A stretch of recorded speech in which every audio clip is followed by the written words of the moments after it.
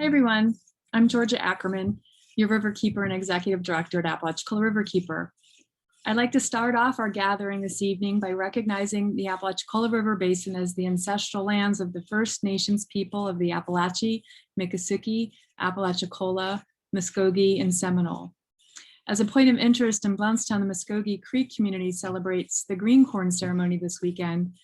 For many tribes of the Southeast, corn was and remains an important food, and the green corn ceremony is an expression of gratitude for a successful crop. It's also an important time of renewal. On the note of community, I'm genuinely glad that you're all here enjoying some virtual social time with us tonight. The staff and board alike are super eager to see some of you late summer and fall as we get back to hosting our community get-togethers around the basin. Do you remember the ice cream social in Mariana, or maybe the wine and cheese in Blountstown a few years ago? It's always fun to visit with residents and members of our 6 counties. So we hope everybody's doing well and keep watching your emails for updates. A shout out to staff members Diane Hines, Susan Mackin, and Doug Alderson. Let me mention that it's Susan Superglue Mackin is celebrating her 7th anniversary working with us. As admin director, Susan keeps the ship's boiler room finally humming, and she's sure not afraid to pull out the heavy wrenches as needed and bang around to fix things on a moment's notice. Thank you, Susan, for your continued teamwork, problem solving, persistence, and good humor. We all enjoy working with you. Also, a big thank you for the guidance and dedication of our board members. Go ahead and raise your hand and wave, board members. Lastly, and importantly, thank you to the many volunteers that share their time and talents with us, cleaning up debris, collecting water samples, calling local officials, sending emails, attending community meetings, leading outings. The list continues. This is an incredible team of people to work with. As you know, the Apalachicola River Subbasin comprises about 15% of the larger ACF basin, the Apalachicola Chattahoochee Flint, shared by the people of Alabama, Florida, and Georgia. The floodplain is Florida's largest forested floodplain, and our Apalachicola River moves the greatest volume of fresh water of any of Florida's rivers. The connected Apalachicola River and Bay system of North Florida is one of the most ecologically diverse and significant natural areas of the Southeast. And we want everyone, all people, to experience safe, drinkable, fishable, swimmable water throughout the Apalachicola River Basin and the state of Florida, in fact. So let's continue our important work together. This past week, I ran our motorboat out to Dry Bar, an oyster bed restoration site, with the good help of Dodie Alber and Kim Baxley. We spent some time on the bay visiting with the FSU Marine Lab crew, watching a team of oystermen and women unload boatload after boatload after boatload of small rock onto Dry Bar, a restoration experiment site. During this quiet time of observation, sitting on the deck of the boat, bobbing to the bay's light chop, each of us was reminded of the importance of protecting the slice of earth. But as always, I'm digressing in my storytelling. Here's what I really wanted to tell you.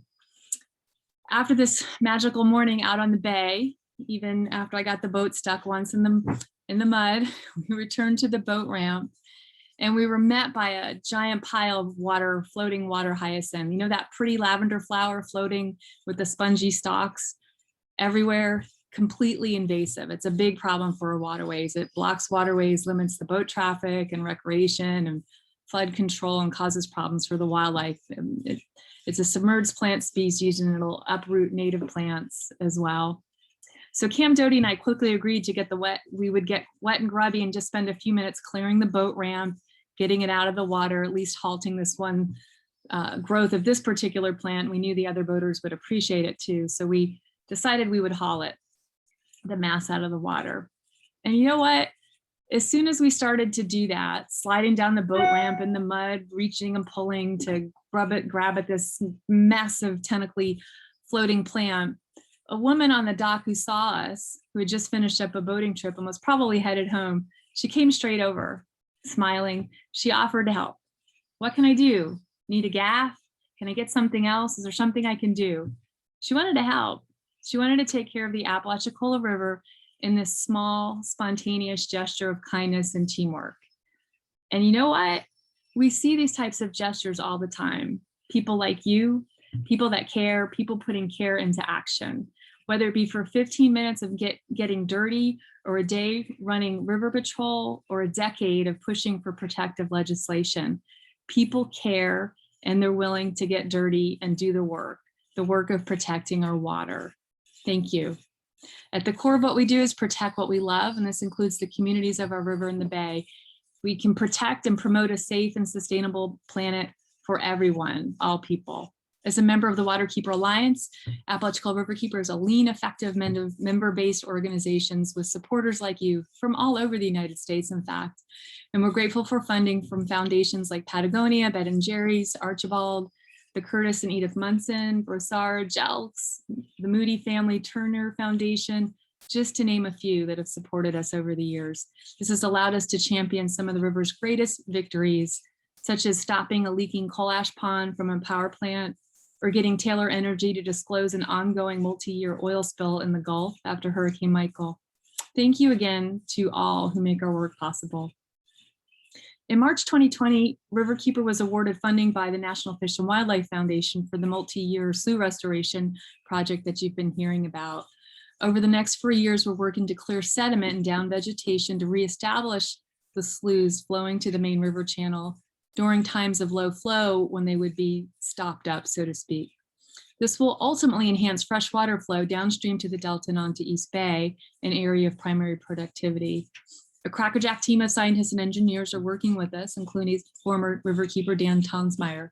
Ken Jones, the project manager, shared an update with us at our December virtual meeting. And you also might recall that Mike Gangloff shared a really fabulous mussel overview at a meeting earlier this year. So you can check out our website for to catch both those presentations there as well. In a moment, Katie will share a recent story in the slough project from Rob Diaz de Villegas of WFSU. He's been reporting on the river and bay as part of his ecology series for nearly a decade. His blogs and accompanying videos are pretty brilliant, so thank you, Rob. I'm sure you all agree we simply cannot risk losing ground in our effort to preserve the Apalachicola River and Bay region. Let's keep at it. Let's work together to protect what we love. I hope you'll accept my sincere thanks for your support, your good energy, your kindness, and care for this remarkable river system. It's really an honor to be your river keeper and work with you in this capacity. So please take it away, technical guru in all things Zoom, Katie McCormick. Whilst I go grab my Ben & Jerry's cookie dough, I think is what is in the freezer waiting for me. We all appreciate you literally keeping us connected and going tonight. Thanks all.